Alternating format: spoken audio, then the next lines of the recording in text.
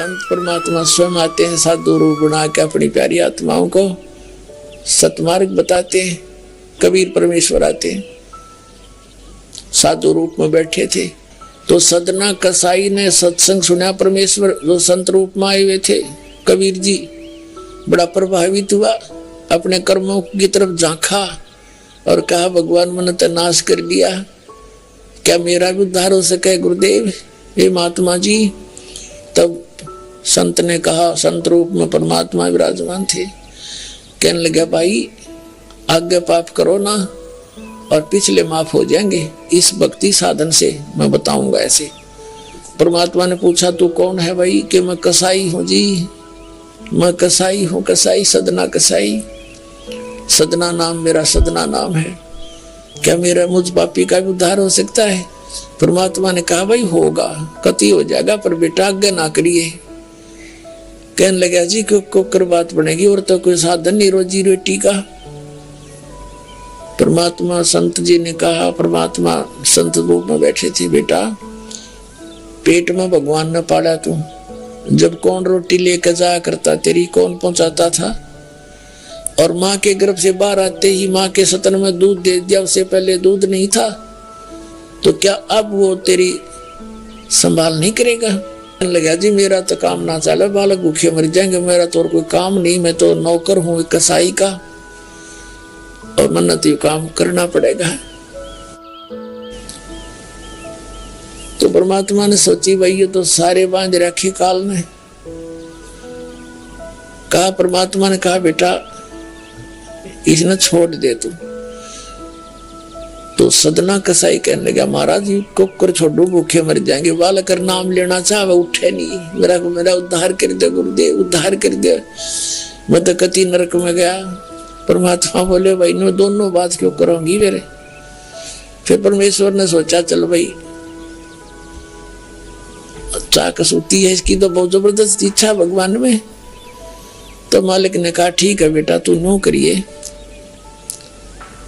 एक अपना लिमिट बना ले कि इससे ज्यादा नहीं बकरे काटेगा, जितनी तू ज्यादा से ज्यादा बना ले, पर रही है वचन पे।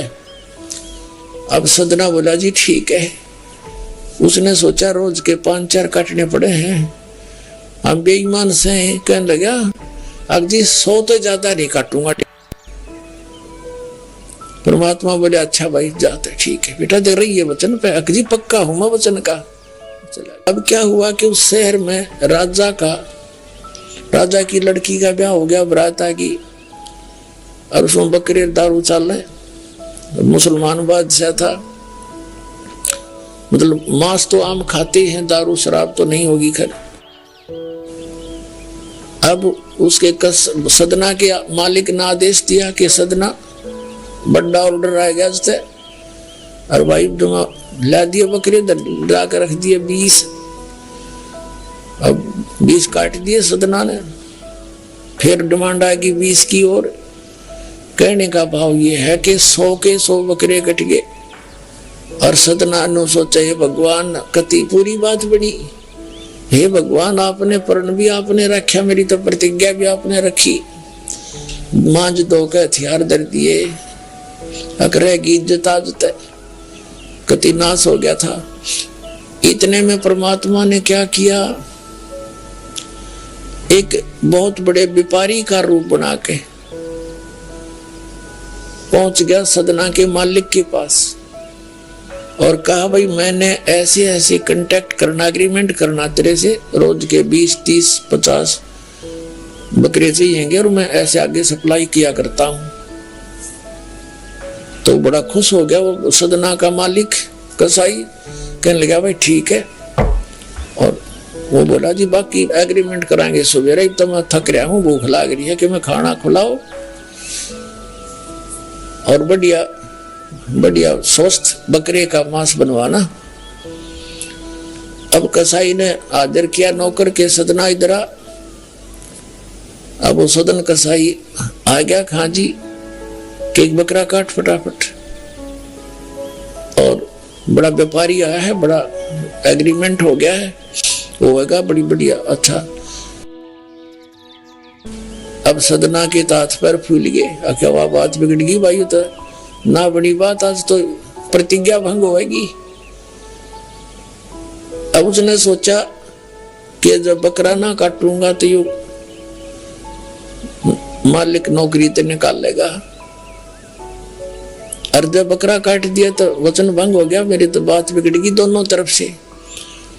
तो उसने सोचा एक आदमी का भोजन बनेगा, तो उसने क्या सोचा कि बकरे के नले नले काट दूं अंडकोश, और मेरा पर्ण भी रह जाएगा और भोजन भी बन जाएगा एक आदमी का।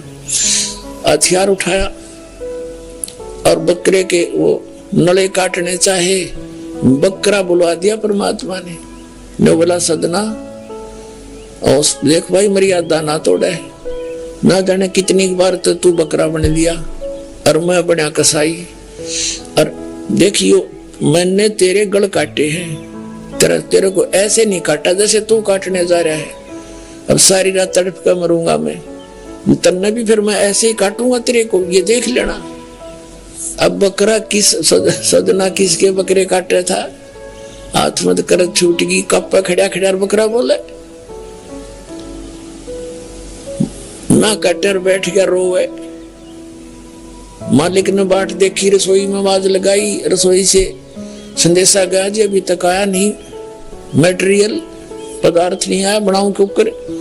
खुद मालिक गया, सदना से कहा कि सदना क्या करे, तूने काटा नहीं बकरा। मैं नहीं काटू मालिक, मैं नहीं काटू।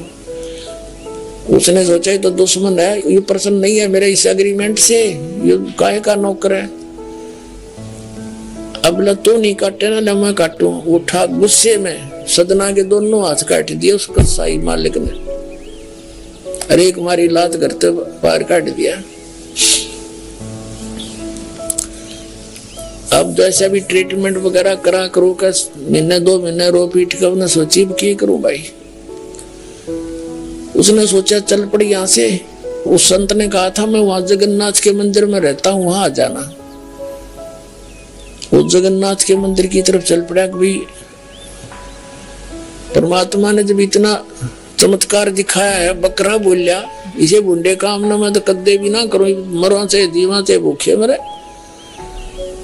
आदमी की कही तो ना जच्चे पर वह तो सच्ची होगी, सामने तो जुल्म हो गया। यूं तो बहुत बुरा जो है ना एक रूटीन है, यो नहीं करे भाई। कति भी संत साची के थे, वो उस दिन जच्ची उसके उस गुरुदेव के पास समाधान के लिए चल पड़ा।